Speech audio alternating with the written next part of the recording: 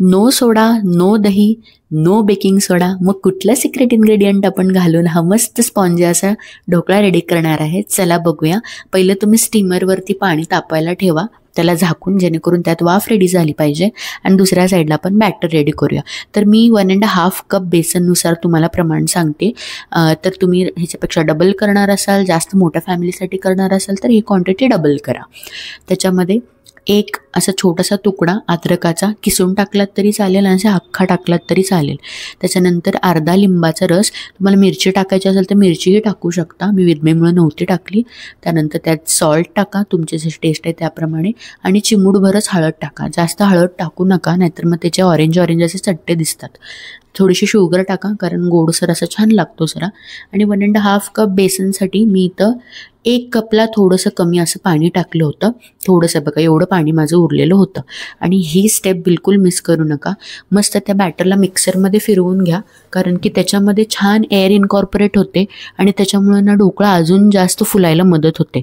तर तुम्ही हाताने न मिक्स करता मिक्सरमध्ये ह्याला 2-3दा असं पल्सवरती फिरवून घ्या. मग हे बघा, आपलं मस्तपैकी बॅटर रेडी झालेलं आहे. आणि आता कुठलं सिक्रेट इन्ग्रेडियंट आहे ते आहे इनो. तर 1 पॅकेट इनो तुम्ही टाका. ह्याला इनोची टेस्ट बिलकुल पण येत नाही आणि आपलं बॅटर मस्त फ्लफी असं होतं. आणि मस्त आपला ढोकळा जो आहे तो आतनं एकदम स्पॉन्जी आणि जाळीदार होतो. तर ही स्टेप नक्की मिस करू नका, इनो नक्की घाला. आणि बघा, हे जे आपलं बॅटर हाफ बाउल होतं त्याचा फुगून कसं 3/4 कप किंवा असं थोडंसं त्याच्यापेक्षा डबल क्वांटिटी होते. ते बघा, हे बघा तुम्हाला दिसतंय ना, हे डबल क्वांटिटी झालं आणि किती फ्लफी झालं आहे. हे बघा, ऑलमोस्ट ते जेवढं होतं त्याच्या डबलपेक्षाही जास्त झालेलं आहे. हे बघा, मी तुम्हाला जवळनं दाखवते थोडंसं. हे बघा, आणि ते येल्लो किती होतं, त्याचा लाईट कलर झालेला आहे. काळजी करू नका, ढोकळ्याला छान येल्लो कलर येतो.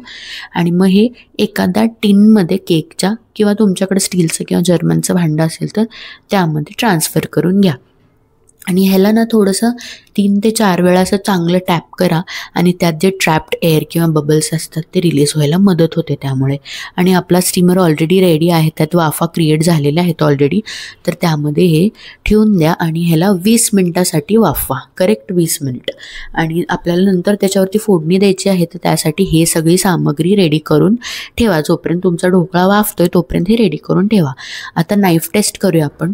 आतमध्ये नाईफ घालून बघायची, जर ती क्लीन आली तर समजायचं आपला ढोकळा हा स्टीम झालेला आहे. 20 मिनटात कुठलाही ढोकळा स्टीम होतो, त्यामुळे 20 मिनटापेक्षा जास्त त्याला ठेवू नका. नंतर त्याला असं साईडनी थोडंसं लूज करून घ्या आणि मग अनमोल्ड करा. अनमोल्ड करण्याच्या अगोदर लूज करून घेणं खूप गरजेचं आहे, नाहीतर मग ते साईडनी थोडेसे तुकडे पडतात. हे बघा, आपला किती छान स्पंजी आणि एकदम मऊ असा ढोकळा रेडी झालेला आहे. आणि त्याला आता आपण मस्त पीसेसमध्ये कट करूया. पीसेसमध्ये कट केलं की कसं तिची आपण फोडणी देणार असतो ना, ते पण आतपर्यंत जातं आणि आतपर्यंत ढोकळा थोडासा ओलसर होतो. नाहीतर काय होतं, मग तो खायला एकदम कोरडा लागतो आणि मग ते गिळताना पण थोडासा त्रास होतो. त्यामुळे नक्की ही स्टेप विसरू नका. ह्याची मस्त असे पीसेस अगोदरच कट करा, फोडणी टाकण्याच्या अगोदर, म्हणजे आतपर्यंत फोडणी जाईल आणि ढोकळा एकदम असा ओलसर लागेल आणि कोरडा लागणार नाही. तुम्हाला डायमंड शेप कट करायचं तर डायमंड शेप पण करू शकता, आणि स्क्वेअर करायचे असेल तर मी असं दाखवल्याप्रमाणे तुम्ही अलगद हाताने अशी स्क्वेअर पण कट करू शकता. फक्त अलगद हाताने, हलक्या हाताने करा. हे बघा, मी तुम्हाला इथे एक पीस काढून दाखवते, किती स्पंजी झालेला आहे, तुम्ही तुमच्या डोळ्यांनी पाहू शकता. तर इनोचा नक्की वापर करा आणि मिक्सरमधनं बॅटर फिरवून घ्या. तुमचा ढोकळा कधीच फसणार नाही जर माझ्या रेसिपीप्रमाणे केलात तर. आता फोडणीसाठी 1 चमचा मस्त असं तेल घ्या, त्याला छान गरम होऊ द्या. मग त्याच्यामध्ये जिरे, मोहरी, हिंग, त्याच्यानंतर मिरची आणि कढीपत्ता आणि कोथिंबीर. आणि सगळ्यात महत्त्वाचं विसरू नका म्हणलं तर ह्याच्यामध्ये टाकायचे आहे आपल्याला साखर. 1 चमचा किंवा 2 चमचे, तुम्हाला थोडंसं गोडसर आवडत असेल तर 2 चमचे टाका, ह्याच्याने टेस्ट खूप छान येते. आणि नंतर त्यामध्ये पाणी घाला.